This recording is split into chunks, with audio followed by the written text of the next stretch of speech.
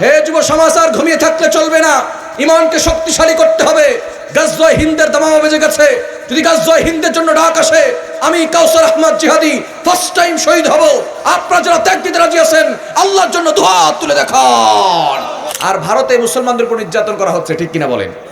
তারা আমাদের পার্শ্ববর্তী দেশ, তারা আমাদের সাথে বন্ধুত্বসুলভ আচরণ করবে তা নয়, তারা আমাদেরকে ভাতে মারতে চায়, আমাদেরকে পানিতে মারতে চায়, আমাদেরকে ফসলে মারতে চায়। সুতরাং ভারত কখনো মুসলমানদের বন্ধু হতে পারে না, ঠিক কিনা বলেন? এই ঈমান নিয়ে যদি সামনে অগ্রসর হই, শুধু বাংলাদেশে নয়, দিল্লির লাল কেল্লায় কালিমার পতাকা পথ করে উঠবে, ঠিক কিনা বলেন? আমি আপনাদের সম্মুখে পবিত্র কোরআনুল কারীমের 15 নম্বর পারার 1 নম্বর পৃষ্ঠা 3-4 নম্বর লাইন সূরা বানী ইসরাঈলের 1 নম্বর আয়াত তেলাওয়াত করেছি। আল্লাহ রাসূল সাল্লাল্লাহু আলাইহি ওয়াসাল্লামের অসংখ্য অগণিত হাদিসসমূহের মধ্য থেকে সহিহ বুখারী শরীফের 5027 নম্বর হাদিস পাঠ করেছি। যদি আল্লাহ তাআলা আমাকে তৌফিক এনায়েত করেন, সূরা বানী ইসরাঈল থেকে কিছু আলোচনা করার চেষ্টা করব ইনশাআল্লাহ। ওমা তাওফীকি ইল্লা বিল্লাহ। আমরা যে কিতাব থেকে আজকে আলোচনা শুনবো, এই কিতাবের নাম কি? আরো জোরে বলেন।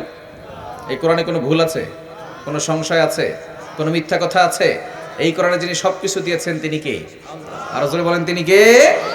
আল্লাহ নিজেই বলে দিয়েছেন, এই কোরআনে আল্লাহ সবকিছু দিয়েছেন। 7 নম্বর পারার 11 নম্বর পৃষ্ঠার 7 নম্বর লাইন সূরা আনআমের 38 নম্বর আয়াতে রব্বুল আলামিন বলেন, মা ফাররাতনা ফিল কিতাবি মিন শাই, I have not left anything in the Quran.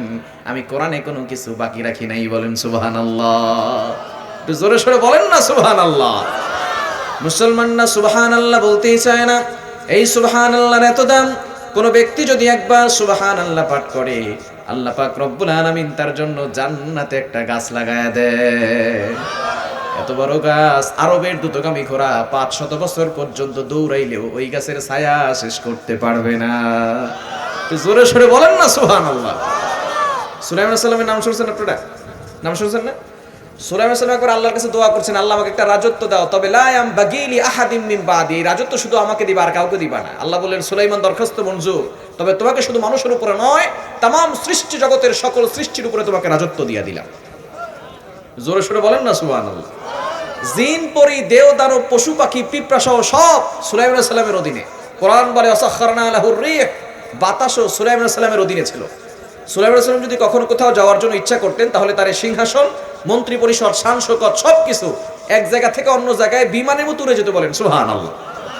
একবার তার এই সিংহাসন এক জায়গা থেকে অন্য জায়গায় বিমানের মতো উড়ে যাচ্ছে, এমন সময় নিচ থেকে এক কৃষক এই সিংহাসন দেখে মাথায় হাত দিয়ে বলতেছে সুবহানাল্লাহ। জোরে সোরে বলেন না সুবহানাল্লাহ। সাথে সাথে বাতাস এই সুবহানাল্লাহর আওয়াজটা সুলাইমান আলাইহিস সালামের কান পর্যন্ত পৌঁছায় দিয়েছে। এবার সুলাইমান আলাইহিস সালাম এই আওয়াজ শুনে তার সিংহাসন নিচে নামাইছেন। যখন নিচে নামানো হয়েছে, যে ব্যক্তি সুবহানাল্লাহ বলছে কলিজায় পানি আছে, থরথর করে কাঁপা শুরু করেছে। সুলাইমান আলাইহিস সালাম ডাক দিয়েছেন, ইয়া হাদা তাল, হে ম্যান কাম হিয়ার, এদিকে আসো। আমি যখন উপর দিক দিয়ে যাচ্ছিলাম তখন তুমি কি বলছো? বলে, হুজুর আমাকে ক্ষমা করেন, আমি কিছু বলিনি। বলে, না তুমি কি বলছো তাড়াতাড়ি বলো। হুজুর আল্লাহর রাস্তায় আমাকে ক্ষমা করেন, আমি কিছু বলি না। বলে, না তুমি একটা শব্দ বলছো, কি বলছো তাড়াতাড়ি বলো। লোকটা বলতেছে, হুজুর আমি ইচ্ছা করে কিছু বলি নাই, আপনারই সিংহাসন দেখে, আপনারই শান শৌকত দেখে, আপনারই মন্ত্রী পরিষদ দেখে ইচ্ছা করে কিছু বলি নাই, অটোমেটিক আমার মুখ থেকে সুবহানাল্লাহ বের হয়ে গেছে। সুলাইমান আলাইহিস সালাম ডাক দিয়ে বলে, বাবা তুমি কি বলছো? তুমি কি জানো তোমার এই সুবহানাল্লাহ যদি এক পাল্লায় রাখা হয়, আমার এই সিংহাসন, মন্ত্রী পরিষদ, শান শৌকত সব কিছু যদি এক পাল্লায় রাখা হয়, তোমার এই সুবহানাল্লাহর পাল্লাটা কয়েক কোটি গুণ বেশি ভারী হয়ে যাবে। এজন্য সুবহানাল্লাহ বলার দরকার আছে না নাই? আল্লাহ পাক রব্বুল আলামিন আমাদেরকে এমন একটা কিতাব দিয়েছেন, এটাই হচ্ছে আমাদের জন্য প্রেসক্রিপশন।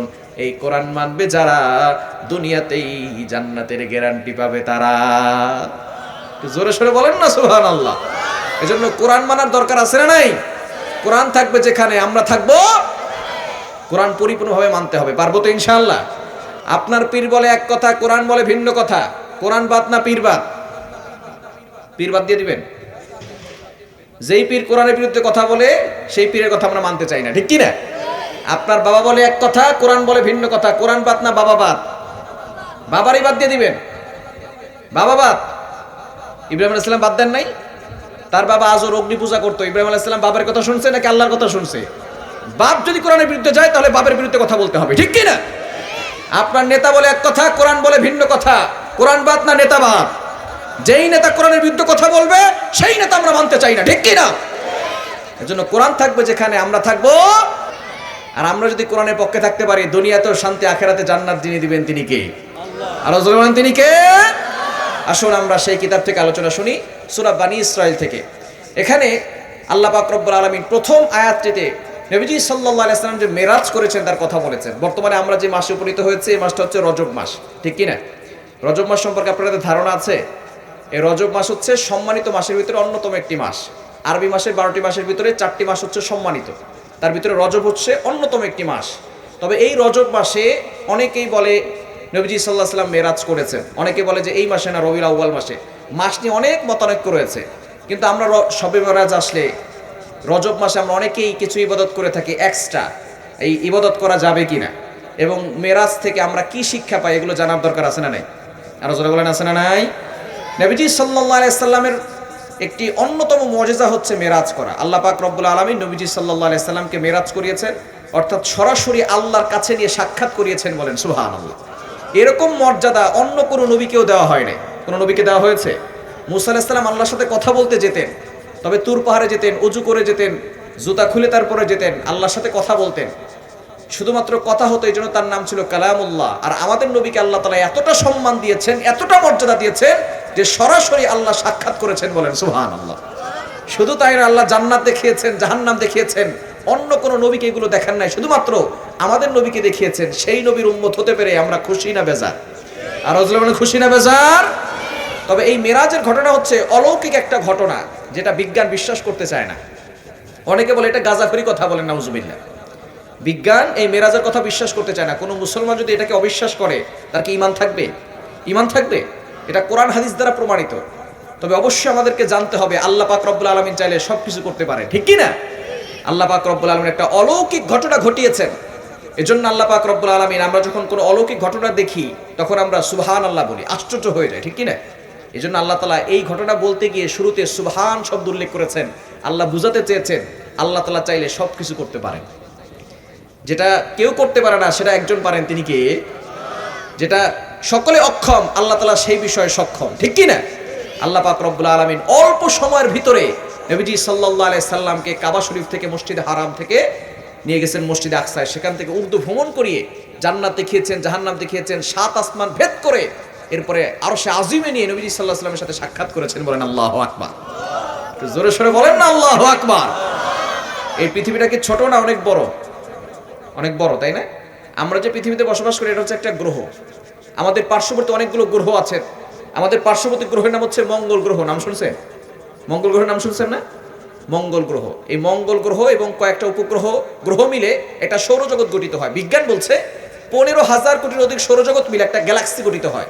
15,000 কোটির অধিক গ্যালাক্সি মিলে একটা গ্যালাক্সি গুচ্ছ গঠিত হয়। 15,000 কোটির অধিক গ্যালাক্সি গুচ্ছ মিলে একটা মহা গ্যালাক্সি গঠিত হয়। বিজ্ঞান সেই মহা গ্যালাক্সি পর্যন্ত চলে গেছে, আজ পর্যন্ত আসমানের কোনো কুলকিনারা খুঁজে পায় নাই, বলেন সুবহানাল্লাহ। আমরা তো আকাশ বলি, নাসার বিজ্ঞানী যারা আকাশ নিয়ে গবেষণা করে তারা বলে বিগ স্পেস, এটা মহাশূন্য, এখানে তারা কোনো আকাশ এখনো খুঁজে পায়নি। সুবহানাল্লাহ বলবেন না? আবার আমরা সূর্য দেখি ছোট্ট একটা থালার মতো, বিজ্ঞান বলছে না না, এই সূর্যটা পৃথিবী থেকে 13 লক্ষ গুণ বড়, বলেন আল্লাহু আকবার। পৃথিবী থেকে কত লক্ষ গুণ বড়? আবার আমরা রাতের বেলা ছোট্ট ছোট তারকা দেখি, বিজ্ঞান বলছে এগুলো ছোট্ট ছোট্ট তারকা নয়, এক একটা তারকা সূর্যের থেকেও বড় আছে। সূর্যই হলো পৃথিবী থেকে 13 লক্ষ গুণ বড়। সূর্যের পাশে একটা তারকা আছে, তার নাম হচ্ছে ব্যাটেল জিউস। এই তারকাটা সূর্যের থেকে 1000 গুণ বড়, বলেন আল্লাহু আকবার। এই তারকা বলেন, চন্দ্র বলেন, সূর্য বলেন, আল্লাহ তাআলা সবকিছু প্রথম আসমানের নিচে সাজিয়ে রেখেছেন। সুবহানাল্লাহ বাড়িতে গিয়ে বলে। দ্বিতীয় আসমানের কাছে প্রথম আসমানটা কতটা ছোট? দারিমি শরীফের ভিতরে একটি হাদিস এসেছে, যদি বিশাল বড় মরুভূমির মাঝখানে ছোট্ট একটা আংটি ছেড়ে দেওয়া হয়, এই মরুভূমির মাঝখানে আংটি যতটা ছোট, দ্বিতীয় আসমানের কাছে প্রথম আসমানটা ছোট্ট একটা আংটির মতো। তৃতীয় আসমানের কাছে দ্বিতীয় আসমানটা ছোট্ট একটা আংটির মতো। চতুর্থ আসমানের কাছে তৃতীয় আসমানটা ছোট্ট একটা আংটির মতো। এভাবে করে আল্লাহ তাআলা একটা দুইটা নয়, 29 নম্বর পারার 1 নম্বর পৃষ্ঠার 5 নম্বর লাইন সূরা মুলকের 3 নম্বর আয়াতের প্রথম অংশে আল্লাহ বলেন, আল্লাযী খালাকা সাবআ সামাওয়াতিন তিবাকা, আমি আল্লাহ বিশাল বড় বড় করে 7টি আসমান তৈরি করেছি, বলেন আল্লাহু আকবার। এই 7 আসমানের পরে হচ্ছে সিদরাতুল মুনতাহা, বাইতুল মামুর মসজিদ, যেখানে ফেরেশতারা নামাজ পড়ে। কারা নামাজ পড়ে?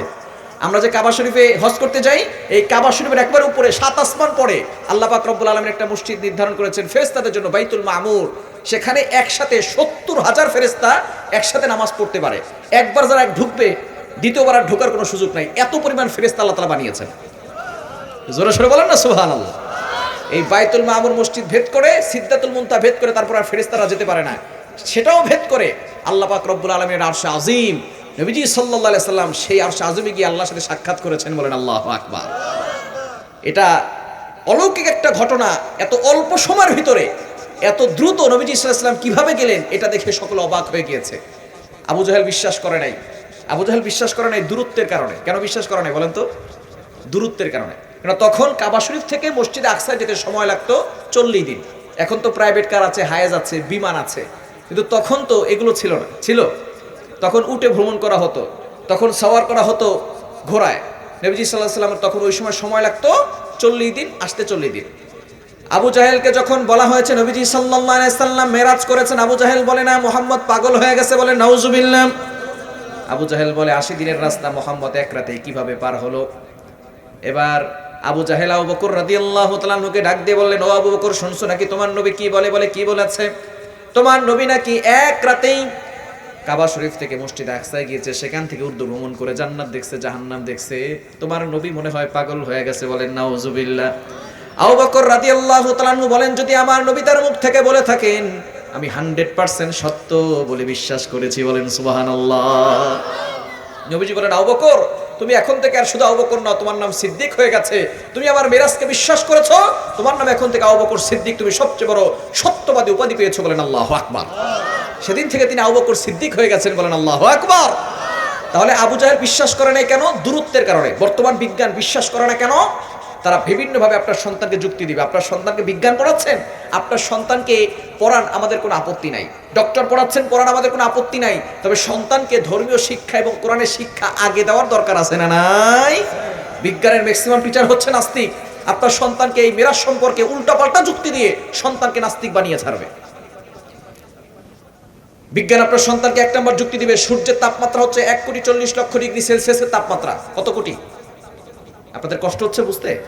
সূর্যের তাপমাত্রা হচ্ছে 1,40,00,000 তাপমাত্রা, আর দুনিয়ার আগুনের তাপমাত্রা হচ্ছে 1500°C তাপমাত্রা, 1600°C তাপমাত্রা।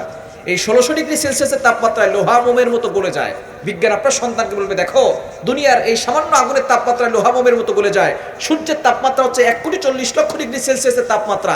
এই তাপমাত্রা ভেদ করে, 7 আসমান ভেদ করে তোমার নবী মেরাজ করলো কিভাবে? তোমার নবী পুড়ে যায় নাই কেন?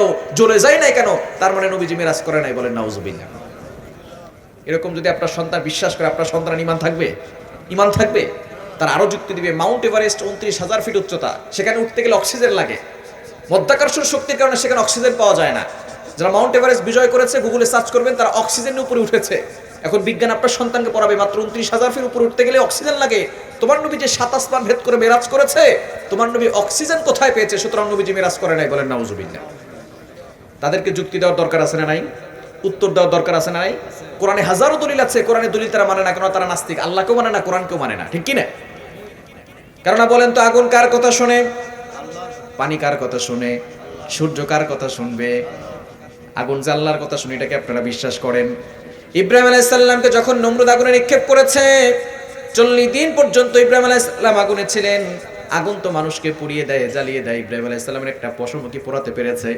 আল্লাহ তাআলা সরাসরি আগুনকে অর্ডার করেছিলেন, কুলনা ইয়া নারু কুনি বারদাও ওয়া সালামান আলা ইব্রাহিম।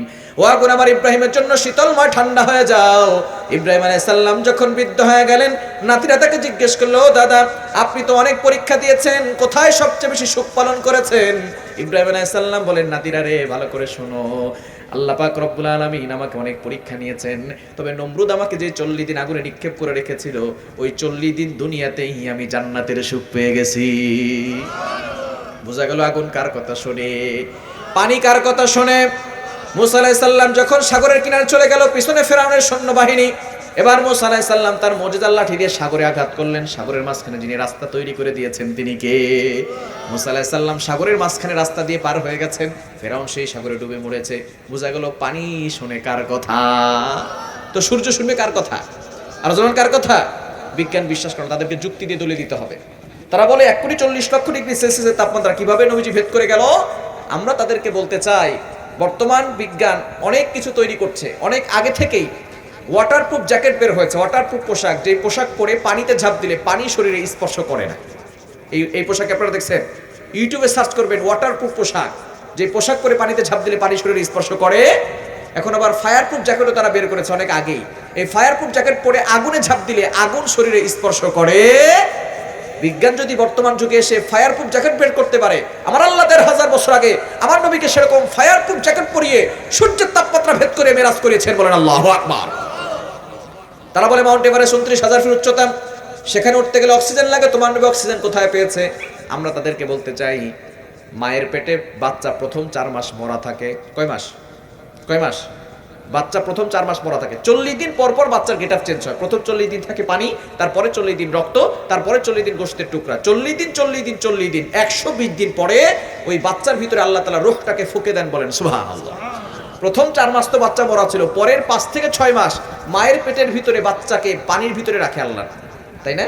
যারা ডক্টর আছেন তারা জানেন মায়ের পেটের ভিতরে বাচ্চা কোথায় থাকে? পানির ভিতরে থাকে। যারা ডক্টর না জিজ্ঞেস করবেন, মায়ের পেটের ভিতরে বাচ্চা পানির ভিতরে থাকে, যার কারণে মা নড়াচড়া করলে বাচ্চার কোনো সমস্যা হয়।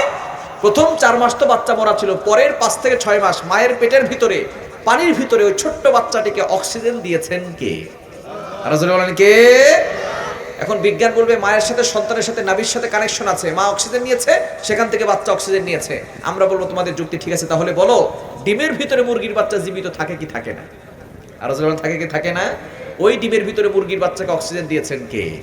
যে আল্লাহ ডিমের ভিতরে মুরগির বাচ্চাকে অক্সিজেন দিয়ে বাঁচিয়ে রাখতে পারেন, যে আল্লাহ মায়ের পেটের ভিতরে ৫ থেকে ৬ মাস ছোট্ট বাচ্চাটিকে অক্সিজেন দিয়ে বাঁচিয়ে রাখতে পারেন, সে আল্লাহ আমার নবীকে ২৯,০০০ ফিট নয় ৭ আসমান ভেদ করিয়ে অক্সিজেন দিয়ে মেরাজ করিয়েছেন, বলেন আল্লাহু আকবার।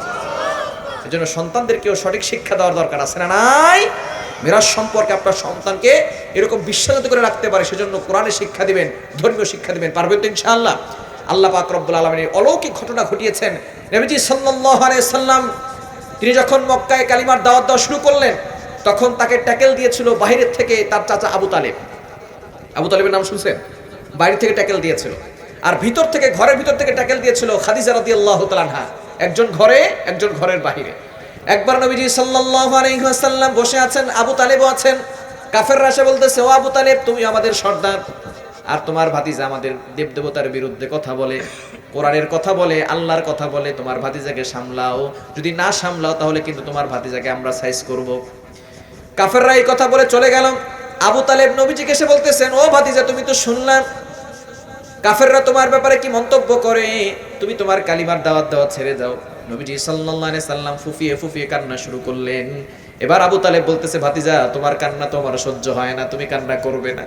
এবার নবীজি সাল্লাল্লাহু আলাইহি সাল্লাম বলেন, ও আমার চাচা, আল্লাহ আমাকে এই কালিমার দাওয়াত দেওয়ার জন্য পাঠিয়েছেন। আমার এক হাতে যদি সূর্য দেওয়া হয়, আর এক হাতে যদি চন্দ্র দেওয়া হয়, অথবা আমাকে দুনিয়া থেকে বিদায় করে দেওয়া হয়, আমি আল্লাহর কথা বলা কখনো বন্ধ করব না, বলেন আল্লাহু আকবার। আবু তালেব বলতেছেন, ভাতিজা, তোমার যদি কথা এটা হয়, তাহলে তুমি মনে রাখো আমি তোমার সাথে আছি, দুনিয়ার কোন শক্তি আমি জীবিত থাকা অবস্থায় তোমার উপর আক্রমণ করতে পারবে না। তো আবু তালেব কম ভালোবাসতো না বেশি ভালোবাসতো? কিন্তু তার কপালে হেদায়েত ছিল না, সে মুসলমান হয়ে যেতে পারে নাই। তাকে আল্লাহ পাক রব্বুল আলামিন শাস্তি দিবেন, সেদিকে যাব না। আবু তালেব যে বছর মারা গেছে, তার কিছুদিন পরে খাদিজা রাদিয়াল্লাহু তাআলা আনহাও মারা গেছেন। নবীজি সাল্লাল্লাহু আলাইহি ওয়াসাল্লাম অত্যন্ত কষ্টের ভিতরে ছিলেন। যারা দুই দিক থেকে দুইজনে তাকে প্রটোকল দিত, তার সাহস যোগাতো, তারা দুইজন মারা গিয়েছেন। এবং তিনি তায়েফে গিয়েছেন, তায়েফের লোকেরাও তাকে আঘাত করেছে, রক্ত রঞ্জিত করেছে। নবীজি সাল্লাল্লাহু আলাইহি ওয়াসাল্লাম সেই বছর হলো আমুল হুজুন, কষ্টের বছর, দুঃখের বছর। আল্লাহ পাক রব্বুল আলামিন নবীজি সাল্লাল্লাহু আলাইহি ওয়াসাল্লামের কষ্ট দূর করার জন্য নবীজি সাল্লাল্লাহু আলাইহি ওয়াসাল্লামকে তার বাড়িতে দাওয়াত দিয়ে মেহমান হিসেবে নিয়ে গেছেন, বলেন আল্লাহু আকবার। নবীজি সাল্লাল্লাহু আলাইহি ওয়াসাল্লাম মক্কায় শোয়া ছিলেন রাতের বেলা। এমন সময় জিবরাইল আলাইহিস সালাম আসমান থেকে অবতরণ করলেন। নবীজি সাল্লাল্লাহু আলাইহি সাল্লামকে তার ঘর থেকে উঠিয়ে নিয়ে গেলেন কাবা শরীফে, যেখানে জমজমের কূপ আছে সেই জায়গায়। নবীজি সাল্লাল্লাহু আলাইহি সাল্লামের ওপেন হার্ট সার্জারি করলেন, শাক্কুস সদর করলেন, একেবারে গলার নিচ থেকে নিয়ে নাভি পর্যন্ত পুরো বুকটাকে চিরে ফেললেন। এভাবে নবীজি সাল্লাল্লাহু আলাইহি সাল্লামকে দুইবার করা হয়েছিল। একবার ছোটবেলায় হালিমাতুস সাদিয়া রাদিয়াল্লাহু তাআলা আনহার কাছে যখন ছিলেন, দ্বিতীয়বার যখন তাকে মেরাজে নিয়ে যাবেন। নবীজি সাল্লাল্লাহু আলাইহি সাল্লামকে শাক্কুস সদর আরবিতে বলা হয়, আর ফার্সি উর্দুতে বলা হয় সিনা চাক, ইংরেজিতে বলা হয় ওপেন হার্ট সার্জারি। বর্তমানে চিকিৎসা বিজ্ঞান এই ওপেন হার্ট সার্জারি থেকেই তারা এই হার্টটাকে অপারেশন করে, ঠিক কিনা?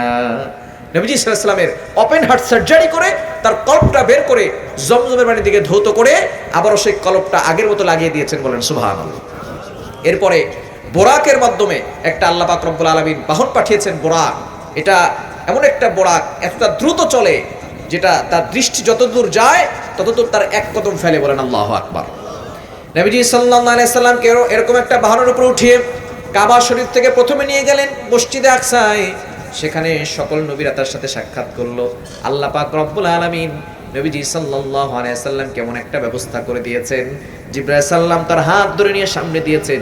নবীজি সাল্লাল্লাহু আলাইহি সাল্লাম ইমাম হয়ে সকল নবীদেরকে নামাজ পড়িয়েছেন, বলেন আল্লাহু আকবার। এজন্য নবীজিকে ইমামুল আম্বিয়া বলা হয়, সকল নবীদের ইমাম। ওই নবীকে আমরা নবী হিসেবে পেয়ে খুশি না বেজার? এবার এটাকে বলা হয় ইসরা। সুবহানাল্লাযী ইসরা বিআবদিহি লাইলাম মিনাল মাসজিদিল হারাম ইলাল মাসজিদিল আকসা। মসজিদ হারাম থেকে মসজিদে আকসা এটাকে বলা হয় ইসরা, এবং তারপরে সেখান থেকে ঊর্ধ্বভ্রমণ এটাকে বলা হয় মেরাজ। নবীজি সাল্লাল্লাহু আলাইহি সাল্লাম চলে গেলেন প্রথম আসমানে, এরপরে চলে গেলেন দ্বিতীয় আসমানে। প্রথম আসমানে আদম আলাইহিস সালামের সাথে সাক্ষাৎ, দ্বিতীয় আসমানে ইয়াহইয়া আলাইহিস সালাম ঈসা আলাইহিস সালামের সাথে সাক্ষাৎ, তৃতীয় আসমানে ইদ্রিস আলাইহিস সালাম ঈসা আলাইহিস সালামের সাথে সাক্ষাৎ, চতুর্থ আসমানে ইদ্রিস আলাইহিস সালামের সাথে সাক্ষাৎ, পঞ্চম আসমানে হারুন আলাইহিস সালামের সাথে সাক্ষাৎ, ষষ্ঠ আসমানে হযরত মুসা আলাইহিস সালামের সাথে সাক্ষাৎ হয়েছে, এবং সপ্তম আসমানে হযরত ইব্রাহিম আলাইহিস সালামের সাথে সাক্ষাৎ হয়েছে। এই সাতটি আসমানের সকল নবীগণ নবীজি সাল্লাল্লাহু আলাইহি সাল্লামকে ওয়েলকাম জানিয়েছেন, স্বাগতম জানিয়েছেন। সাত আসমান ভেদ করে সিদরাতুল মুনতাহা ভেদ করে নবীজি সাল্লাল্লাহু আলাইহি সাল্লাম যখন সামনে অগ্রসর হবেন, জিবরাইল সাল্লাম বলেন, এই পর্যন্ত আমার জায়গা, আমি এর উপরে যেতে পারবো না। ইয়া রাসূলুল্লাহ, ইয়া হাবিবাল্লাহ, এবার আপনি একাই ওঠেন। নবীজি সাল্লাল্লাহু আলাইহি ওয়াসাল্লামকে আল্লাহ পাক রব্বুল আলামিন একাই আরশে আজিম পর্যন্ত নিয়ে গেলেন, বলেন আল্লাহু আকবার। সরাসরি সাক্ষাৎ হয়ে গেল। নবীজি সাল্লাল্লাহু আলাইহি ওয়াসাল্লাম নবীজিকে যখনই বললেন, নবীজি সাল্লাল্লাহু আলাইহি ওয়াসাল্লামের সাথে সাক্ষাৎ হলো, এমন সময় নবীজি সাল্লাল্লাহু আলাইহি ওয়াসাল্লাম আল্লাহকে বললেন, আত-তাহিয়াতু লিল্লাহি, আমার মৌখিক যত ইবাদত আছে সব কিছু আপনার জন্য, বলেন সুবহানাল্লাহ। ওয়াস-সালাওয়াতু, আমার শারীরিক যত ইবাদত আছে সব কিছু আপনার জন্য। ওয়াত-তাইয়িবাত, আমার আর্থিক যত ইবাদত আছে, আমি যা কিছু দান করি সব কিছু আপনার জন্য। সুতরাং আমরা যা কিছু করি এগুলো সব কার জন্য? আরো জোরে বলেন, কার জন্য? নবী সাল্লাল্লাহু আলাইহি ওয়াসাল্লাম তিনটা কথা বললেন, আমার মৌখিক যত ইবাদত, আমার শারীরিক যত ইবাদত, আমার আর্থিক যত ইবাদত, সকল ইবাদত আপনার জন্য। এই কথা বলার পরে আল্লাহ পাক রব্বুল আলামিন নিজে বলতেছেন, আসসালামু আলাইকা ইয়া আইয়ুহান নবী। সালাম কে দিলেন? কাকে দিলেন? আল্লাহ নবীজিকে সালাম দিলেন। চিন্তা করছেন? আসসালামু আলাইকা ইয়া আইয়ুহান নবী। এই সালাম আমরা নামাজে পড়ি কি পড়ি না? আরো জোরে বলেন, পড়ি কি পড়ি না? এই দৃশ্য দেখার পরে সমস্ত ফেরেশতারা এক বাক্যে বলে উঠেছে, আশহাদু আল্লা ইলাহা ইল্লাল্লাহু আশহাদু আন্না মুহাম্মাদান আবদুহু ওয়া রাসূলুহু। আমরা সাক্ষ্য দিচ্ছি আল্লাহ এক, আল্লাহ ছাড়া কোনো মাবুদ নাই, এবং মুহাম্মদ সাল্লাল্লাহু আলাইহি সাল্লাম হচ্ছেন আল্লাহর রাসূল। এই ত্রিমুখী বাক্য নবীজি সাল্লাল্লাহু আলাইহি সাল্লাম বলেন, আত-তাহিয়াতু লিল্লাহি ওয়াস-সালাওয়াতু ওয়াত-তাইয়িবাত। আল্লাহ বলেন, আসসালামু আলাইকা ইয়া আইয়ুহান নাবিয়্যু ওয়া রাহমাতুল্লাহি ওয়া বারাকাতুহু। আসসালামু আলাইনা ওয়া আলা ইবাদিল্লাহিস সালিহিন। সাথে সাথে ফেরেশতারা বলল, আশহাদু আল্লা ইলাহা ইল্লাল্লাহু ওয়া আশহাদু আন্না মুহাম্মাদান আবদুহু ওয়া রাসূলুহু। এই ত্রিমুখী বাক্যটাকে আল্লাহ তাআলা এমন একটা ব্যবস্থা করে দিয়েছেন, প্রতি নামাজে আমাদের পড়তে হয়, ঠিক কি না? বৈঠকে পড়েন কি পড়েন না? এই বৈঠকে তাশাহুদ পড়েন কি পড়েন না? নবীজি সাল্লাল্লাহু আলাইহি সাল্লামকে আল্লাহ পাক রব্বুল আলামিন এবার হাদিয়া দিবেন, 50 ওয়াক্ত নামাজ হাদিয়া দিয়েছেন। কত ওয়াক্ত? কত ওয়াক্ত? 50 ওয়াক্ত নামাজ হাদিয়া দিয়েছেন। নবীজি সাল্লাল্লাহু আলাইহি সাল্লাম মহা খুশি। 50 ওয়াক্ত নামাজ, নামাজ মানে হচ্ছে as-সালাতু মিরাজুল মুমিন। এই নামাজ হচ্ছে মুমিনদের জন্য মিরাজ, বলেন সুবহানাল্লাহ। যখন কোনো মুমিন নামাজে দাঁড়ায় তখন কার সাথে সাক্ষাৎ করেন? আমরা তো হয়তো আল্লাহকে দেখি না, তবে আল্লাহ কিন্তু ঠিকই আমাদের সামনে আছেন, ঠিক কি না? as-সালাতু মিরাজুল মুমিন, নামাজ হচ্ছে মুমিনদের জন্য মিরাজ। সুতরাং নামাজ যখন কোনো বান্দা পড়ে, আপনি যখন নামাজে দাঁড়ান, পড়েন আলহামদুলিল্লাহি রাব্বিল আলামিন। সহিহ মুসলিম শরীফের হাদিস, all praise is due to Allah, সমস্ত প্রশংসা আল্লাহর জন্য। সাথে সাথে আল্লাহ ডাক দিয়ে বলেন, হামিদানি আবদি, my servant is praising me, আমার বান্দা আমার প্রশংসা করেছে, বলেন সুবহানাল্লাহ। সুতরাং নামাজ যখনই কোনো বান্দা পড়তে দাঁড়ায়, তখন নামাজে আল্লাহর সাথে বান্দা কথা বলে, বলেন সুবহানাল্লাহ। সুতরাং সেই নামাজ পড়তে পেরে আপনারা খুশি না বেজার? নবীজি সাল্লাল্লাহু আলাইহি সাল্লামকে 50 ওয়াক্ত নামাজ হাদিয়া দেওয়া হলো। কষ্ট হচ্ছে আপনাদের? নবীজি সাল্লাল্লাহু আলাইহি সাল্লাম খুশিতে আত্মহারা হয়ে 50 ওয়াক্ত নামাজ দিয়ে যখন নিচে নামলেন, মুসা আলাইহিস সালাম বলে, আমার উম্মতরা 2 ওয়াক্ত নামাজই পড়তে পারতো না, আপনার উম্মতরা 50 ওয়াক্ত নামাজ পড়তে পারবেন, আপনি আল্লাহর কাছে যান, কিছু কমায় নিয়ে আসেন। মুসা আলাইহিস সালাম কি খারাপ কিছু বলেছিলেন? খারাপ বলছিলেন? ওনার উম্মতরা 2 ওয়াক্ত পড়ে না, আমরা 5 ওয়াক্ত, 1 ওয়াক্ত অনেকে পড়ি না, ঠিক কি না? ফজর পড়লে জোহর পড়ে না, জোহর পড়লে এশা পড়ে না। অনেকে দেখবেন আজকে মাহফিল করার জন্য টাকা দিছে, অনেকে অনেক কষ্ট করছে, আগামীকাল ফজরের নামাজ তারা পড়বে না, ঠিক কি না? নামাজ পড়তে হবে। নবীজি সাল্লাল্লাহু আলাইহি সাল্লাম নিচে আসলেন, আবার আল্লাহর কাছে গেলেন, আল্লাহ পাক রব্বুল আলামিন 5 ওয়াক্ত নামাজ কমিয়ে দিলেন। এভাবে 9 বার গেলেন, 5 নং 45 ওয়াক্ত নামাজ কমালেন। শেষ পর্যন্ত যখন মুসা আলাইহিস সালাম বলেন আপনার উম্মতরা এই 5 ওয়াক্ত নামাজও পড়তে পারবে না, আপনি আরো কমায় নিয়ে আসেন, নবীজি বলেন ইস্তাহিয়াই, তো আমি লজ্জা বোধ করছি, আমি আর যাব না। আল্লাহ পাক রব্বুল আলামিন ডাক দিয়ে বলেন ও আমার হাবিব, আপনার কোন উম্মত যদি এই 5 ওয়াক্ত নামাজ পরিপূর্ণভাবে আদায় করে, আমি আল্লাহ তাকে 50 ওয়াক্ত নামাজের সওয়াব দিয়ে দিব। এজন্য 5 ওয়াক্ত নামাজ পড়ার দরকার আছে না নাই? কিন্তু আমরা অনেকেই আছি নামাজ পড়তে চাই না। অনেক বাবাজিরা আছে চুলগুলো পেকে গেছে, দাড়িগুলো সাদা হয়ে গেছে, তারপরও নামাজ পড়তে পারে না, আছে না নাই? আছে। সব কিছু ঠিক আছে বলে বাপ মা নামাজ পড়া শিখায় নাই, কোরআন পড়া শিখায় নাই, ধর্মীয় শিক্ষা শিক্ষিত করে নাই, বাপ মা তো আপনাকে অনেক কিছু শিখায় নাই, তাও তো আপনি পারেন, খালি নামাজটা নিয়ে সমস্যা। ফেরেশতারা কিন্তু মুগুর নিয়ে বসে রইছে, ঠিক কি না? নামাজ পড়া দরকার আছে না নাই? নামাজ পড়তে পারবো তো ইনশাআল্লাহ।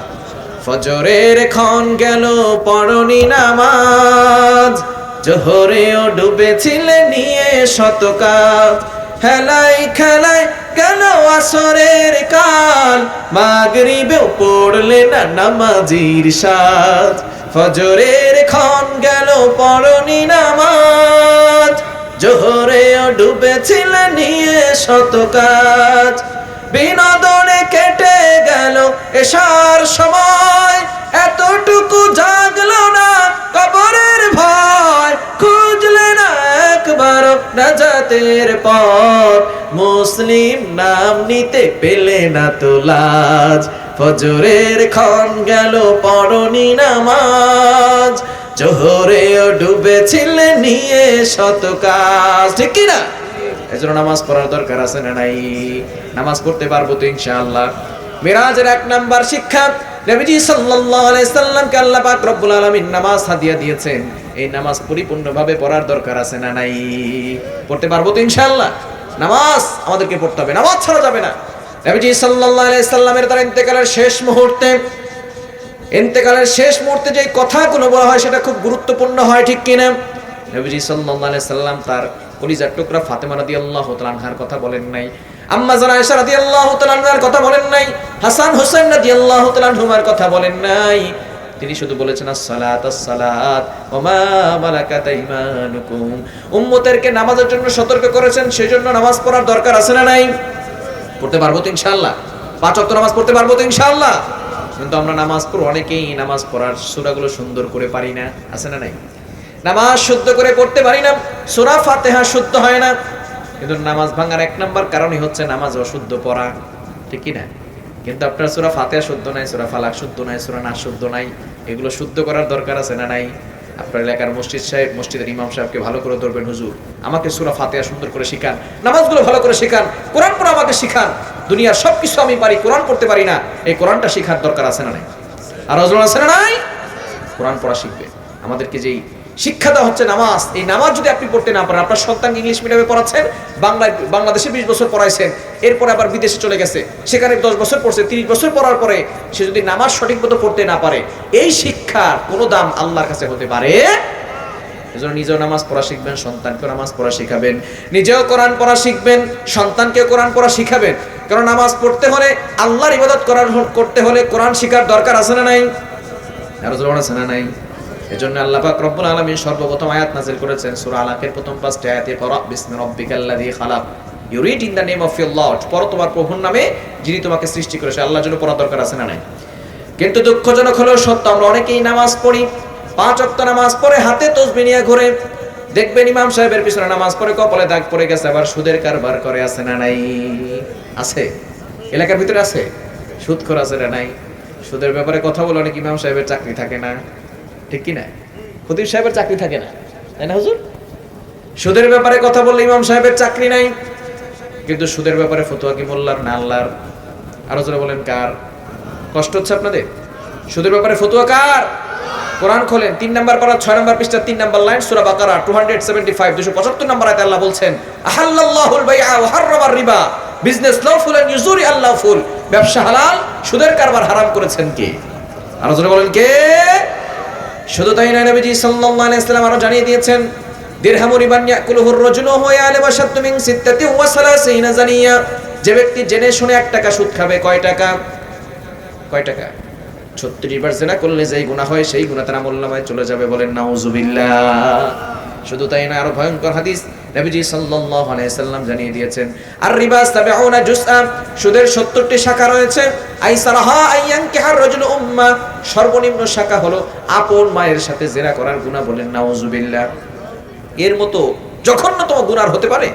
সুদ খেলে আপন মায়ের সাথে জিনা করার গুনাহ হয়, এবং 1 টাকা খেলে 36 বার জিনা করার গুনাহ হয়। জীবনে যারা 1 টাকা সুদ খেয়েছেন 36 বার জিনা করার গুনাহ করেছেন। জীবনে যারা 100 টাকা সুদ খেয়েছেন 3600 বার জিনা করার গুনাহ করেছেন। জীবনে যারা 1000 টাকা সুদ খেয়েছেন 36000 বার জিনা করার গুনাহ করেছেন। সুতরাং আপনার মতো জিনা করার আর কেউ বড় হতে পারে? আপন মায়ের সাথে জিনা করার গুনাহ। আমাদের সমাজে কিছু প্রস্টিটিউট নারী আছে যারা নিজের দেহকে বিক্রি করে খায়, এরকম কিছু নারী আছে না নাই? আমরা তাদেরকে দেখলে থুতু নিক্ষেপ করে আর বলি, তোমার মতো হতভাগার কপাল পোড়া কেউ নাই, তুমি তোমার দেহকে বিক্রি করে খাও, ঠিক কি না?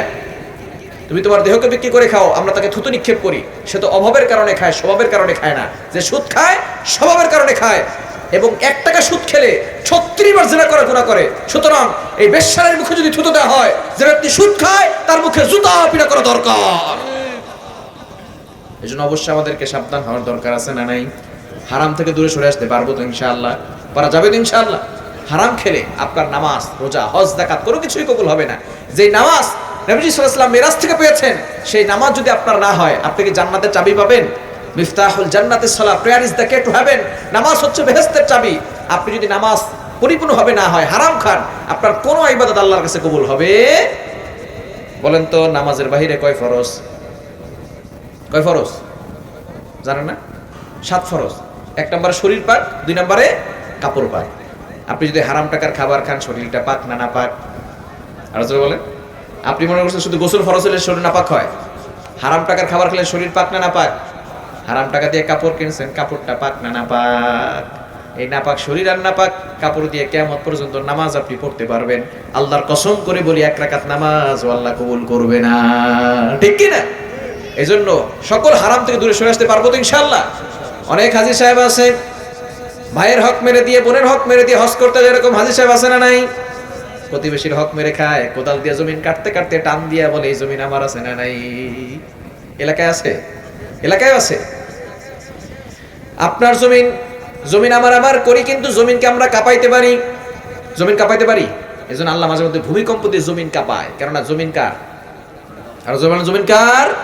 এজন্য খবরদার, জুলুম করবেন না, অন্যায় করবেন না, হারাম ভাবে অন্যায়ভাবে আত্মসাৎ করে কোনো মাল খাবেন না, তাহলে আপনি কঠিন বিপদে পড়ে যাবেন। অনেকে আছে জুলুম করে, একটু টাকা পয়সা আছে জুলুম করে।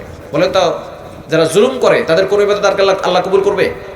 আর যারা বলেন, এক জেলে ব্যক্তি মাছ ধরতে গেছে, অনেক কষ্ট করে পরিশ্রম করে একটা মাছ ধরছে। মাছ ধরার পরে এই মাছ যখন সে নিয়ে যাবে, তখন এক জালেম ব্যক্তি এসে বলতেছে, নদীর থেকে মাছ ধরছো, আমার কাছ থেকে পারমিশন নিয়েছো? নদীর থেকে মাছ ধরলে তার কাছ থেকে পারমিশন নিতে হবে, এরকম কোনো বাটপার আছে না নাই? এরকম টেন্ডারবাজি আছে না নাই? এবার জোর করে জুলুম করে তার কাছ থেকে মাছটা নিয়ে গেছে। এই মাছটা তার হাতে কামড় দিয়েছে।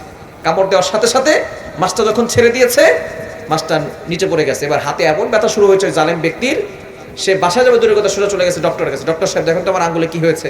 ডক্টর সাহেব মেডিসিন দিয়েছে, ব্যান্ডেজ করে দিয়েছে। পরের দিন সকালবেলা আবার হাজির। ডাক্তার সাহেব কি চিকিৎসা দিলেন? ব্যথাই তো কমলো না। ডক্টর সাহেব ব্যান্ডেজ করে দেখে আঙ্গুলের যে কন্ডিশন, এই আঙ্গুল কাটতে হবে, আর না হলে ভাইরাস তার হাতে প্রবেশ করবে। অনেক পরীক্ষা নিরীক্ষা করার পরে আঙ্গুল কাটছে। কাটার পরে বলছে আগামীকাল বিকালে দেখা করবেন। আগামীকাল আবারও সকালবেলা হাজির। ডাক্তার সাহেব কি চিকিৎসা দিলেন? ব্যথাই তো কমলো না। ডক্টর সাহেব ব্যান্ডেজ করে দেখে হাতের যে কন্ডিশন, হাত কাটতে হবে কবজি পর্যন্ত, আর নাহলে এই ভাইরাস তার হাতে প্রবেশ করবে। এবার হাত কাটছে কবজি পর্যন্ত। পরের দিন বিকালবেলা আবার দেখা করতে বলছে, আবারও সকালবেলা হাজির। ডাক্তার সাহেব কি চিকিৎসা দিলেন? ব্যথাই তো কমলো না।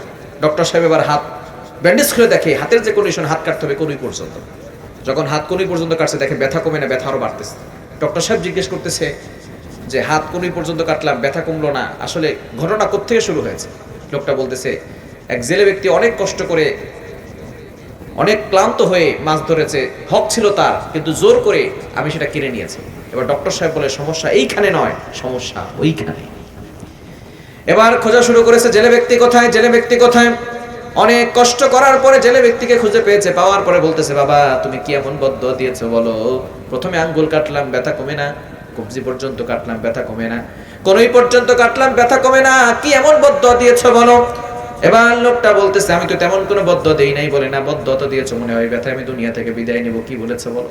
এবার লোকটা বলছে তেমন কিছু বলি নাই, যখন আপনি আমার কাছ থেকে মাছটা নিয়ে গিয়েছিলেন তখন আমি আকাশের দিকে তাকিয়ে আল্লাহকে বলেছিলাম, আল্লাহ সে তার ক্ষমতা দেখাইছে, তুমি তোমার ক্ষমতা দেখাও। আপনার তো অনেক ক্ষমতা হয়েছে, অনেক টাকার মালিক হয়েছেন, অনেক বিঘা সম্পত্তির মালিক হয়েছেন, কিন্তু সবসময় মনে রাখতে হবে সকল ক্ষমতার মালিক কে? আল্লাহ। কে? এজন্য সকল হারাম কাজ ছেড়ে দেন, সন্তানকে নামাজ পড়া শিখান, সন্তানকে কোরআন পড়া শিখান, তাহলে আপনার সন্তান আদর্শ সন্তান হবে। সন্তানকে যদি আপনি কোরআনের শিক্ষা না দেন, ধর্মীয় শিক্ষা না দেন, এই সন্তান যত বড় হবে তত বড় দুর্নীতিবাজ হবে, ঠিক কি না? এজন্য সন্তানকে কোরআন শিক্ষা দেওয়ার দরকার আছে না নাই? কোরআন খুলেন, 27 নম্বর পারা 10 নম্বর পৃষ্ঠা 10 নম্বর লাইনে একটি সূরা রয়েছে, সূরাতুর রহমান। এই সূরা আল্লাহ তার পরিচয় দিয়েছেন, রব্বুল আলামিন বলেন আর রহমান আল্লামাল কোরআন খলাকাল ইনসান। রহমান হলেন তিনি, কোরআন শিখিয়েছেন যিনি। এরপরে বলেছেন মানুষ সৃষ্টি করেছেন যিনি। বলেন তো আমরা কোরআন আগে শিখি নাকি আগে দুনিয়াতে আসি? আগে কোরআন শিখি, আগে দুনিয়াতে আসি, ঠিক কি না? এরপর আমরা কোরআন শিখি, তাই না? তো আল্লাহ এভাবে বলতে পারতেন আর রহমান খলাকাল ইনসান, রহমান হলেন তিনি, মানুষ সৃষ্টি করেছেন যিনি। এরপরে বলতে পারতেন আল্লামাল কোরআন। আগে আল্লাহ কোরআনে কথা বলেছেন, আল্লাহ বুঝাতে চেয়েছেন মানুষ হতে হলে আগে কোরআনের শিক্ষা লাগবে। কোরআনের শিক্ষা ছাড়া কেউ কখনো আদর্শ মানুষ হতে পারে না, ঠিক কি না? গরুর পেট থেকে বেরোলেই সেটা গরু হয়ে যায়, ছাগলের পেট থেকে বেরোলেই সেটা ছাগল হয়ে যায়, মহিষের পেট থেকে বেরোলেই সেটা মহিষ হয়ে যায়, মানুষের পেট থেকে বেরোলেই সেটা মানুষ হয় না, তাকে মানুষ বানাতে হয়। এজন্য সন্তানকে মানুষ বানানোর দরকার আছে না নাই? মানুষ বানাতে হলে কোরআনের শিক্ষা দেওয়ার দরকার আছে না নাই? আমি ইন্ডিয়াতে প্রোগ্রামে গিয়েছি, ত্রিপুরা থেকে কলকাতা যাব, বিমান ঢিলে হচ্ছে 30 মিনিট কুয়াশার কারণে। এক ভদ্রলোক শিক্ষিত মানুষ, উনি আমার পাশে এসে বসেছেন। উনি আমাকে বলতেছেন হোয়ার আর ইউ গোয়িং, আপনি কোথায় যাবেন? আমি বলতেছি I am going to Kolkata, কলকাতায় যাব। উনি আমাকে বলতেছেন আর ইউ বেঙ্গলি? আমি বললাম ইয়েস আই এম বেঙ্গলি। উনি বলতেছেন তাহলে তো আমরা বাংলায় কথা বলতে পারি। আমি বললাম হ্যাঁ, কোনো সমস্যা নেই, বলে। এক পর্যায়ে উনি আমাকে বলতেছেন, বিমানে উঠে গেলাম, বিমান উঠে যাওয়ার পরে উনি বলতেছেন হুজুর যদি কিছু মনে না করেন, ইফ ইউ ডোন্ট মাইন্ড, যদি কিছু মনে না করেন একটা কথা বলতে পারেন? আমি বললাম হ্যাঁ, কোনো সমস্যা নেই, বলেন। উনি বলতেছেন হুজুর আনসিং ইজ নাথিং, যেটা দেখি না সেটা বিশ্বাস করি না, আপনারা তো আল্লাহকে দেখেন না, বিশ্বাস করেন কেন? এই প্রশ্ন আপনার সন্তানের করবো। আপনার সন্তানকে ইংলিশ মিডিয়ামে পড়াচ্ছেন, ডক্টর পড়াচ্ছেন, ইঞ্জিনিয়ার পড়াচ্ছেন, পড়ান, আমাদের কোনো আপত্তি নাই। তবে সন্তানকে আগে মুসলমান বানানোর দরকার আছে না নাই? ধর্মীয় শিক্ষা দেওয়ার দরকার আছে না নাই? সন্তানের কোরআনের শিক্ষা দেন, ধর্মীয় শিক্ষা দেন। কেননা নাস্তিকরা ওত পেতে বসে আছে আপনার সন্তানকে নাস্তিক বানানোর জন্য, উল্টাপাল্টা যুক্তি দিয়ে আপনার সন্তানকে নাস্তিক বানাবে। সে বলতেছে আনসিং ইজ নাথিং, যেটা দেখি না সেটা বিশ্বাস করি না, আপনারা তো আল্লাহকে দেখেন না, বিশ্বাস করেন কেন? এখন কোরআনে তো অনেক দলিল আছে, কোরআনের কথা তারা মানে না, আল্লাহকে তারা মানতে চায়, তাদেরকে যুক্তি দিয়ে দলিল দিতে হবে। যারা বিমানে উঠেছেন তারা জানেন বিমানে টিফিনের ব্যবস্থা করে, অনেক সময় কেক দেয়, চকলেট দেয়, বার্গার দেয়। আমাদেরকে ওখানে স্যান্ডউইচ দিয়েছে, তো খাবার একটা ঘেরান আছে না নাই? কি বলেন, খাবারের ঘেরান আছে না নাই? তো আমি তাকে বললাম ঘেরানটা কেমন? বলে ঘেরানটা খুব সুন্দর। আমি বললাম ঘেরানটা আমাকে দেখান। বুঝেন নাই? ঘেরান দেখা যায়? এই যে বাতাস হয়, বাতাস কি দেখা যায়? এই যে আমরা অক্সিজেন নিচ্ছি, এটা কি দেখা যায়? পৃথিবীতে অনেক বিষয় এমন আছে দেখা যায় না, না দেখে বিশ্বাস করতে হয়। ঠিক তদ্রুপভাবে আল্লাযীনা ইউমিনুনা বিল গায়ব, আল্লাহ হচ্ছেন অদৃশ্য, আল্লাহকে দেখা যায় না, আল্লাহকে না দেখে বিশ্বাস করেছি, এজন্য আমরা মুসলমান হয়েছি, ঠিক কি না? এজন্য ঈমানকে শক্তিশালী করতে হবে এবং সন্তানদেরকে ধর্মীয় শিক্ষা দিতে হবে, কোরআনের শিক্ষা দিতে হবে। পারবো তো ইনশাআল্লাহ? সন্তানকে ধর্মীয় শিক্ষা দিলেন, কোরআনের শিক্ষা দিলে এই সন্তান আপনার জন্য দোয়া করবে। এই সন্তান আপনার জন্য এমন একজন নেককার সন্তান হবে যে সন্তান দোয়া করলে আপনার কবরের আযাব বন্ধ হবে। বলেন সুবহানাল্লাহ। কবরের আযাব বন্ধ করতে চাই কি চাই না? একদিন কিন্তু আমাদের সকলকে চলে যেতে হবে। সবাইকে আমরা বাঁচবো, we have to go back to our Lord. আমাদের সকলকে আল্লাহর কাছে ফেরত চলে যেতে হবে, ঠিক কি না? কেউ আমরা বাঁচতে পারবো না, সকলকে চলে যেতে হবে। যখন আপনি মারা যাবেন, আপনার সন্তান যদি আপনার কবরের পাশে গিয়ে ABCD পড়ে, কবরের আযাব কি বন্ধ হবে? যদি সরায়া সরায়া পড়ে, কি বলেন, বন্ধ হবে। কিন্তু সন্তান যদি শুদ্ধ করে সূরা ফাতিহা পড়ে, সূরা ইখলাস 3 বার পড়ে, দুহাত তুলে বলে রব্বিরহামহুমা কামা রাব্বায়ানি সগীরা, আল্লাহ পাক রব্বুল আলামিন সাথে সাথে আপনার কবরখানা জান্নাতের বাগান বানায়া দিবে। এজন্য সন্তানকে ধর্মীয় শিক্ষা দেওয়ার দরকার আছে না নাই? আরো জোরে আছে না নাই? সন্তানকে ধর্মীয় শিক্ষা দিবেন, কোরআনের শিক্ষা দিবেন, এই সন্তান আপনার জান্নাতে যাওয়ার উসিলা হয়ে যাবে। বলেন সুবহানাল্লাহ। তাফসিরে কাবিরের ভিতরে একটি ঘটনা এসেছে, হযরতে মূসা আলাইহিস সালাম আল্লাহর সাথে কথা বলতে যেতেন, এমন সময় দেখেন একটা কবরে আযাব হচ্ছে, তিনি আফসোস করলেন এবং আল্লাহর সাথে কথা বলার জন্য চলে গেলেন। এবার তিনি ফেরার পথে দেখেন যেই কবরে আযাব হচ্ছিল সেই কবরে কোনো আযাব নাই, কবর থেকে জান্নাতের ঘ্রাণ আসতেছে। বলেন সুবহানাল্লাহ। একটু জোরে সোরে বলেন না সুবহানাল্লাহ। মুসা আলাইহিস সালাম অবাক হয়ে গেলেন, যাওয়ার সময় দেখলাম কবরে আযাব, এখন দেখি কবরে কোনো আযাব নাই, কবর থেকে জান্নাতের ঘেরান। মুসা আলাইহিস সালাম কবরবাসীকে জিজ্ঞেস করলেন, ও কবরবাসী, কি এমন কারণে তোমার কবরে আযাব হচ্ছিল, এখন আবার আযাব বন্ধ, কবর থেকে জান্নাতের ঘেরান? আল্লাহ পাক রব্বুল আলামিন মুসা আলাইহিস সালামের এই প্রশ্ন শুনে ওই কবরবাসীর জবানটা খুলে দিয়েছে। বলেন সুবহানাল্লাহ। কবরবাসী কথা বলতে পারে কি পারে না? অনেকে বলবে, হুজুর মৃত ব্যক্তি কথা বলতে পারে কিভাবে? যে আল্লাহ সামান্য গোশতের টুকরা জিহ্বার ভিতরে কথা বলার শক্তি দিতে পারেন, সে আল্লাহকে মৃত ব্যক্তির কথা বলার শক্তি দিতে পারেন না? আল্লাহ কথা বলার শক্তি দিয়েছেন। কবরবাসী কথা বলা শুরু করছেন। সে বলতেছে, আল্লাহর পয়গম্বর, আমি দুনিয়াতে অপরাধ করেছিলাম, অন্যায় করেছিলাম, অপকর্ম করেছিলাম, যার কারণে আমার কবরে আযাব। কিন্তু আমি যখন দুনিয়াতে ছিলাম, আমার স্ত্রীর গর্ভে একজন সন্তান ছিল।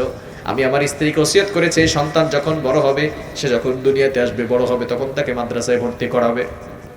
এই ওসিয়ত করে আমি দুনিয়া থেকে বিদায় নিলাম। আমার অপকর্মের কারণে আমার কবরে আযাব। কিন্তু আমার সন্তান যখন দুনিয়াতে আসলো, আমার সন্তান একটু বড় হলো, মা মা বলে ডাক দেয়, বাবা বাবা বলে ডাক দেয়, এমন একটা পর্যায়ে যখন চলে আসলো, এমন সময় আমার সন্তানকে আমার স্ত্রী মাদ্রাসায় ভর্তি করিয়ে দিয়েছে। হুজুর, আমার সন্তানকে পড়াচ্ছে, বাবা পড়ো বিসমিল্লাহির রহমানির রহিম। আমার সন্তান পড়া শুরু করেছে বিসমিল্লাহির রহমানির রহিম। যখন এটা পড়েছে, আল্লাহর ইশকে ধাক্কা লেগে গেছে। আল্লাহ পাক রব্বুল আলামিন ডাক দিয়ে বলেন, ও ফেরেশতারা দেখো, আমার বান্দা দুনিয়াতে অপকর্ম করেছে, কিন্তু ওসিয়ত করে আসছে সন্তানকে মাদ্রাসায় ভর্তি করানোর জন্য, ধর্মীয় শিক্ষা দেওয়ার জন্য, কোরআনের শিক্ষা দেওয়ার জন্য। এই বান্দা যদি অপকর্ম করেছে, অন্যায় কাজ করেছে, যার কারণে তার কবরে আযাব হচ্ছে, কিন্তু তার অবশ্য সন্তান আমি আল্লাহর নাম দিয়ে পড়া শুরু করেছে, পড়ছে বিসমিল্লাহির রহমানির রহিম, পরম করুণাময় আল্লাহর নামে শুরু করেছে, যিনি রহমান, যিনি রহিম। ওই অবুঝ বাচ্চাটি আমাকে রহমান বলে ডাক দিয়েছে, আমাকে রহিম বলে ডাক দিয়েছে। এই অবুঝ বাচ্চাটি আমাকে মেহেরবান বলে ডাক দিয়েছে, দয়াময় বলে ডাক দিয়েছে। যেই অবুঝ সন্তান আমাকে রহমান বলে ডাক দিল, ওই বাচ্চার বাবার কবরখানা আমি জান্নাতের বাগান বানায় দিলাম। এজন্য সন্তানকে সঠিক শিক্ষা দেওয়ার দরকার আছে না নাই? কোরআনকে পড়ার দরকার আছে না নাই? কিন্তু দুঃখজনক হলেও সত্য, বছরের পর বছর চলে যায়, যুগের পর যুগ চলে যায়, কোরআনটাকে ধরে যে একটু চুমু খাবো সেই সময়টুকু আমাদের হয় না। কোরআনটা ধরে যে একটু বুকের সাথে লাগাবো সেই সময়টুকু আমাদের হয় না, ঠিক কিনা? কোরআন তো আল্লাহর কিতাব, যে কোরআনের দিকে তাকালেই সব হয়, যে কোরআন পড়লে সব, তাকালে সব, সেই কোরআনটা আমরা ধরেও দেখি না। আজকে বাসায় গিয়ে ওযু করে কোরআনটা ধরবেন, বুকের সাথে লাগাবেন, চুমু খাবেন, কোরআনটার দিকে তাকাবেন, আর মনে মনে নিয়ত করবেন, আল্লাহ এটা তো সব তোমার কথা। কোরআনের প্রত্যেকটা কথা কার কথা? আরো জোরে বলেন, কার কথা? এতটা ব্যস্ত হয়ে পড়ছেন, ওই কোরআনটা ধরার একটু সুযোগ হয় না। এত ব্যস্ত আপনি, আজকে মরে গেলে, আজকে যদি মরে যান, এত ব্যস্ততা কি হবে বলেন? অনেক কাজ তো আপনার বাকি আছে, কালকে এটা করবেন, তারপরে দিন এটা করবেন, অনেক কাজ তো আপনি লিখে রাখছেন, মনে মনে চিন্তা করে রাখছেন, যদি আজকে মারা যান কি হবে আপনার? যাদের জন্য করতেছেন তারা কেউ কি আপনার সাথে থাকবে? আজকে রাতে আপনার সাথে ঘুমাবে? আপনাকে ঘরের ভিতরে ঢুকাবে? আপনার স্ত্রী যার জন্য করতেছেন, আপনার সন্তান, আপনার মা, আপনার বাবা, আপনার ভাই, আপনার বোন, কেউ আপনার সাথে থাকবে না, কেউ আপনার সাথে থাকবে। এখন পরে দেখেন আপনার লাশটা উঠানে রাখবে, উঠানে হয়তো মসজিদের সামনে রেখে দিবে, কেউ আপনার ঘরের ভিতরে ঢুকাবে না। আপনার মেয়ে পর্যন্ত আপনার কাছে ঘুমাবে না, যে আপনাকে বাবা বাবা করে পাগল হয়ে যায়। আপনার স্ত্রী আপনার সাথে থাকতে চাইবে না, কারণ লাশ দেখলে অনেকেই ভয় পায়। দাড়িগুলো পেকে গেছে, চুলগুলো সাদা হয়ে গেছে, এখন আপনি মৃত্যুকে ভয় পান না। আগের যুগের মানুষরা অনেক দিন বাঁচত। নবীজি সাল্লাল্লাহু আলাইহি সাল্লামের জামানা থেকেই বলা হয়েছে, আমার উম্মতের বয়স 60 থেকে 70 বছর। এখন কিন্তু আমরা 70 বছর বাঁচতে পারি না, ঠিক কিনা? যুবকরা অ্যাক্সিডেন্ট করে মারা যায়, স্ট্রোক করে মারা যায়, ব্রেন স্ট্রোক করে, হার্ট স্ট্রোক করে, অনেক সময় হার্ট অ্যাটাক করে দুনিয়া থেকে বিদায় নেয়। বোঝা গেল বয়সের এখন গড়মাত্রা বেশি না কম? তো আপনার জীবন থেকে যদি 30 বছর 40 বছর শেষ হয়ে যায়, তাহলে সর্বোচ্চ আর কয়দিন বাঁচবেন? যদি আপনার বয়স থেকে 30 বছর শেষ হয়ে যায়, আর কয় বছর বাঁচবেন? যদি 40 বছর শেষ হয়ে যায়, কয় বছর বাঁচবেন? হিসাব করেন। হয়তো 10 বছর বাঁচবেন, আর নাহলে 15 বছর বাঁচবেন, আর নাহলে 20 বছরই বাঁচবেন। এখন আপনি হারাম খাওয়ার জন্য উঠ পেতে বসে আছেন। কখন একটু হারাম পকেটে ঢুকানো যায়, কখন ভাইয়ের হক মেরে দেওয়া যায়, কখন বোনের হক মেরে দেওয়া যায়, আর আপনি মনে করছেন আপনি জান্নাতে যাবেন। এত সোজা জান্নাত? থামেন, বহুত হয়েছে, থামেন।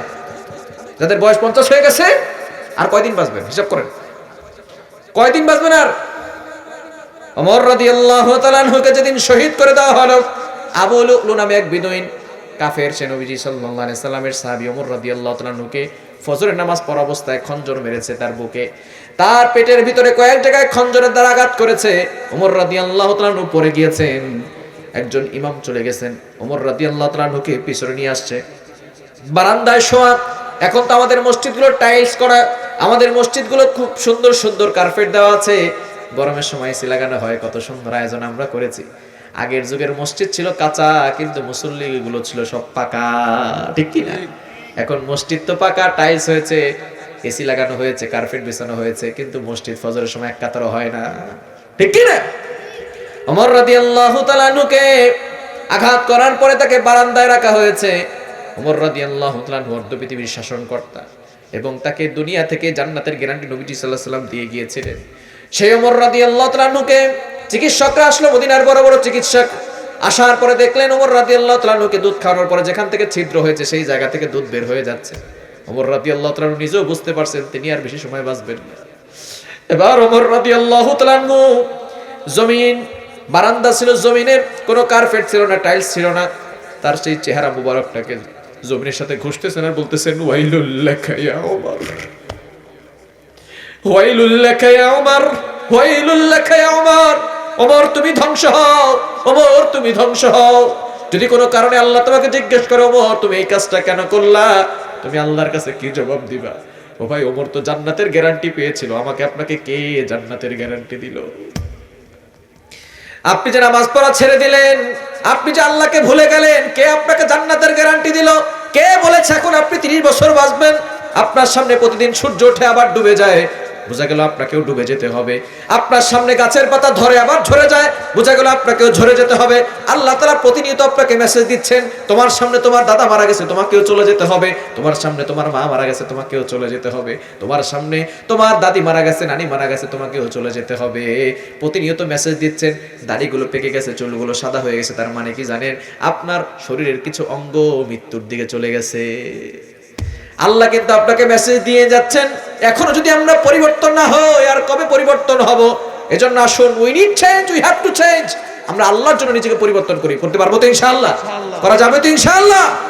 কোরআনটা আজকে গিয়ে ধরবেন, কোরআনটা পড়বেন, কোরআনটা ধরবেন, কারণ এই কোরআনের দিকে তাকালেই সব হয়, বলেন সুবহানাল্লাহ। পাকিস্তানের একটা বাস্তব ঘটনা, এক এলাকায় একটা লোক মারা গেছে, মারা যাওয়ার পরে ওই এলাকার লোকজন কিভাবে কাফন দাফন করবে কিছুই জানে না। ওই এলাকার লোকজন মেইন রোডে চলে গেছে, দেখা যাক এখানে কোনো লোক পাওয়া যায় কিনা যে আমাদের এই এলাকার লোকটাকে সে গোসল করাবে, কাফন পরাবে, দাফন করবে, জানাজা দিবে। এবার দেখে দূর থেকে সাইকেলে করে একটা পাঞ্জাবি পায়জামা টুপি পরে একটা লোক আসতেছে। তাকে ধরার পরে বলতেছে, ভাই আমরা তো বিপদে পড়েছি, একটা লোক মারা গেছে, কিভাবে কাফন করব, জানাজা করব, আমরা কিছুই জানি না, আপনি একটু আসেন। নিয়ে যাওয়া হলো। নিয়ে যাওয়ার পরে ওই লোকটা তাকে গোসল করালো, কাফনের ব্যবস্থা করলো, জানাজার ব্যবস্থা করলো, এরপরে দাফনের ব্যবস্থা করলো। দাফন করার পরে যখন লোকটা চলে গেল, এখন দেখে লোকটার কাছে যে জিনিসপত্র ছিল, গুরুত্বপূর্ণ কাগজপত্র, সেগুলো সব হারিয়ে ফেলেছে। তন্ন করে রাস্তায় খুঁজে কোথাও সেই কাগজপত্র পায় না। কোথায় গেল এই কাগজপত্র? তার জন্য খুবই গুরুত্বপূর্ণ ছিল। এবার খুঁজতে খুঁজতে মনে পড়ছে হয়তো কবরের ভিতরে এই কাগজপত্র রেখে আসছি। চলে গেল সেই এলাকায়, ভাই আমি তো বিপদে পড়েছি তোমাদের উপকার করতে এসে, কি হয়েছে বলো? আমার কিছু গুরুত্বপূর্ণ কাগজপত্র হয়তো কবরের ভিতরে রেখে দিয়েছি। এলাকার লোকজন বলা বলি শুরু করলো, ভাই আমরা তো কোনো ফতোয়া জানি না, চলো আমরা মুফতি সাহেবের কাছে যাই, যদি কোনো গুরুত্বপূর্ণ জিনিস কবরে রাখা হয় সেটা উঠানো যাবে কিনা, কবর খনন করা যাবে কিনা। মুফতি সাহেব ফতোয়া দিয়ে দিল, যদি গুরুত্বপূর্ণ জিনিস হয়, কাগজপত্র হয়, তাহলে সেটা খনন করে তারপরে সেই কাগজপত্র নেওয়া যাবে। কবর খনন যখন করা শুরু করলো, সাথে সাথে দেখে কবর থেকে জান্নাতের ঘেরান আসতেছে, বলেন আল্লাহু আকবার। শুধু তাই নয়, জান্নাতে ফুলের বাগান হয়ে গেছে। মানুষগুলো অবাক হয়ে গেল, এমন কি আমল এই ব্যক্তি করতো? কবর দেওয়ার সাথে সাথে কবর হয়ে গেল জান্নাতের বাগান, কবর থেকে আসতেছে জান্নাতের ঘেরান। কি এমন আমল সে করত? লোকজন চলে গেল তার বাসায়। তার বাসায় কেউ নাই, শুধুমাত্র একটা কন্যা আছে। কন্যাকে ডাক দিয়ে বলে, ও মা, তোমার বাবা এমন কি আমল করত যে আমলের কারণে কবর দেওয়ার সাথে সাথে তার কবরখানা জান্নাতের বাগান, তার কবর থেকে জান্নাতের ঘেরান? কি এমন আমল সে করতো, আমাদেরকে একটু বলো। এবার তার কন্যা বলে, আমার বাবা তো কিছুই জানতো না, আমার বাবা একজন মূর্খ মানুষ ছিল, কিছুই জানতো না। তবে আমার বাবার একটা আমল ছিল, প্রতিনিয়ত করতেন। তিনি সারাদিন কাজকর্ম করে এসে রাতের বেলা যখন ঘরে আসতেন, ওই যে তাকের উপর একটা কোরআন, ওই কোরআনটা তিনি নিতেন, নেওয়ার পরে কোরআনটা খুলতেন, ওযু করে কোরআনটা খুলে কোরআনের দিকে তাকিয়ে বলতেন, ইয়ে ভি মেরি রব কি কালাম হায়, ইয়ে ভি সচ হায়, এটাও আমার রবের কথা, এটাও সত্য কথা, এটাও আমার রবের কথা, এটাও সত্য কথা। কোরআন পড়তে পারতেন না, শুধু কোরআনটা খুলতেন, কোরআনটা খুলে কোরআনের আয়াতের দিকে আঙ্গুল তুলে তুলে বলতে, এটা আমার রবের কথা, এটাও সত্য কথা, এটাও আমার রবের কথা, এটাও সত্য কথা। মানুষের আর বুঝতে বাকি রইল না, কোরআন পড়তে না পারলেও নিয়মিত কোরআনের দিকে তাকাইছে, কোরআনকে মহব্বত করছে, বুকের সাথে নিয়ে চুমা খাইছে, বুকের সাথে লাগাইছে, আর বলেছে এটা আমার রবের কথা, এটাও সত্য কথা। এই একটি আমল করার কারণে লোকটাকে কবর দেওয়ার সাথে সাথে কবরখানা জান্নাতের বাগান হয়ে গেছে। সেই কোরআন 1টা বছর হয়ে গেছে, 2টা বছর হয়ে গেছে, অনেক পাবলিক আছে কোরআন ধরেও দেখে নাই। তাহলে এই কোরআনকে আমাদের আঁকড়ে ধরতে হবে, পারবো তো ইনশাআল্লাহ। সন্তানকে নামাজ পড়া শেখাবো, সন্তান কোরআন পড়া শেখাবো। আপনার সন্তানের বয়স হয়ে গেছে 7 বছর, আপনার সন্তানের নামাজের জন্য শিক্ষা দেন। আপনার সন্তানের বয়স যখন 10 বছর, তাকে নামাজের জন্য শাসন করেন, পিটান। কিন্তু আপনার সন্তানকে 20 বছর হয়ে গেছে, তখন আপনি শাসন করেন না, সন্তানকে ধর্মীয় শিক্ষা দেন না, কোরআনের শিক্ষা দিন না। এই জন্য সন্তানকে ধর্মীয় শিক্ষা, কোরআনের শিক্ষা দিতে পারবেন তো ইনশাআল্লাহ? দেওয়া যাবে তো ইনশাআল্লাহ? এই জন্য রজব মাস, এই মাসে অনেকে আমরা সবে মেরাজ উপলক্ষে বলেন, হুজুর কয়টা রোজা রাখবো, হুজুর কয়টা রোজা রাখবো, কয় রাকাত নামাজ পড়বো, কোন সূরা দিয়ে নামাজ পড়বো, সূরা বানী ইসরাঈল দিয়ে পড়বো নাকি সূরা ইখলাস 100 বার করে পড়বো, এই ধরনের নামাজ আমরা পড়ি, তাই না? সবে মেরাজ আসলে রজব মাসের 27 তারিখে যে এই মেরাজ হয়েছে, এটা কিন্তু বিশুদ্ধ মত নয়। সাহাবায়ে কেরাম অনেক কথা বলছেন, প্রায় 20টার মতো অভিমত আছে। রজব মাস হয়েছে এটা নিয়েও মতভেদ আছে, কেউ বলেছে রবিউল আউয়াল মাসে, কেউ বলেছে অন্য মাসে। সুতরাং এটা নিয়ে যে অনেক মতভেদ রয়েছে, এবং নবীজি সাল্লাল্লাহু আলাইহি সাল্লাম পরবর্তী সময় সাহাবায়ে কেরাম এই সময় যে নির্ধারিতভাবে কোনো সূরা দিয়ে নামাজ পড়ো অথবা নির্ধারিতভাবে এত রাকাত নামাজ পড়তে হবে, এগুলোর কোনো বিধান ইসলামে নাই, বুঝতে পারছেন? কিন্তু আমরা অনেকেই এই দিনে অনেক ধরনের আয়োজন করে থাকি, অনেক নফল নামাজ আপনি প্রতিদিন পড়বেন, প্রতিদিন নফল নামাজ পড়বেন, তাহাজ্জুদের নামাজ পড়বেন, প্রতিদিন 4 রাকাত 8 রাকাত যা পারেন পড়বেন। কিন্তু শবে মেরাজকে উল্লেখ করে রজব মাসের 27 তারিখে আমরা ইবাদত করার জন্য হইচই শুরু করে দেই, কিন্তু ফজর নামাজ অনেকে পড়ে না, ঠিক কি না? রাতভর নামাজ পড়েছেন আর ফজর নামাজ পড়ে নাই, আপনি কেমন যেন ফরজ থিয়া লুঙ্গি নিয়ে টানাটানি করা শুরু করছে। এজন্য অবশ্যই সাবধান থাকতে হবে। এক ব্যক্তি গেছে ওয়াজ শুনতে, যাওয়ার পরে প্রধান বক্তা যিনি ছিলেন তিনি বলেছেন, দেখেন পাগড়ি পরে নামাজ পড়বেন, পাগড়ি পরে নামাজ পড়লে এটা সুন্নত এবং অনেক বেশি সওয়াব হবে। পাগড়ি পরে নামাজ পড়া তো ভালো, তাই না? তো এক ব্যক্তি লুঙ্গি খুলে পাগড়ি বাঁধছে, লুঙ্গি খুলে যদি পাগড়ি বাঁধে কি বলেন, সওয়াব হবে না গুনাহ হবে?